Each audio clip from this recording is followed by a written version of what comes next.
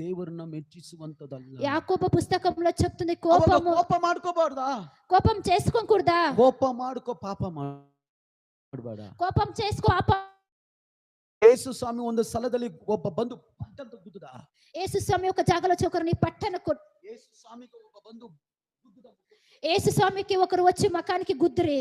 ಯೇಸು ಸ್ವಾಮಿ ಏನು ಮಾತಾಡಿಲ್ಲ. యేసు స్వామి ఏమీ మాట్లాడలేదు. ఏమీ మాట్లాడలేదు. ಇನ್ನೊಂದು ಜಾಗದಲ್ಲಿ ಹೊಡೆದ. ఇంకొక జాగలను కొట్రి. ಯೇಸು ಹೇಳಿದ್ರೆ, ಏ ಯಾಕಪ್ಪ ನನ್ನ ಹೊಡಿತೀಯ?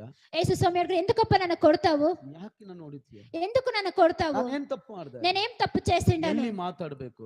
యాడ మాట్లాడాలి? ಎಲ್ಲಿ ಮೌನವಾಗಿರಬೇಕು? యాడ మౌనంగా ఉండాలి? ಪ್ರೇಯರ್ ಮಾಡು, ప్రేయర్ చేయి. ಆಮೆನ್, ఆమేన్, ಹಲ್ಲೆಲೂಯಾ, హల్లెలూయా. ಜನ ಸಂತೋಷವಾಗಿ, ఎంతమంది సంతోషంగా ఉండారు? ಹಲ್ಲೆಲೂಯಾ, హల్లెలూయా. ಕೋಪವು ದೇವರನ್ನ ಮೆಚ್ಚಿಸುವಂತದ್ದು. కోపము దేవుని మెచ్చించలేదు. ಕೋಪವು ದೇವರನ್ನ ಮೆಚ್ಚಿಸುವುದಿಲ್ಲ. కోపము దేవుని మెచ్చించలేదు. ಯೇಸು ಆಲಯದಲ್ಲಿ ಚಾಟಿ ಎತ್ತಿದ್ದು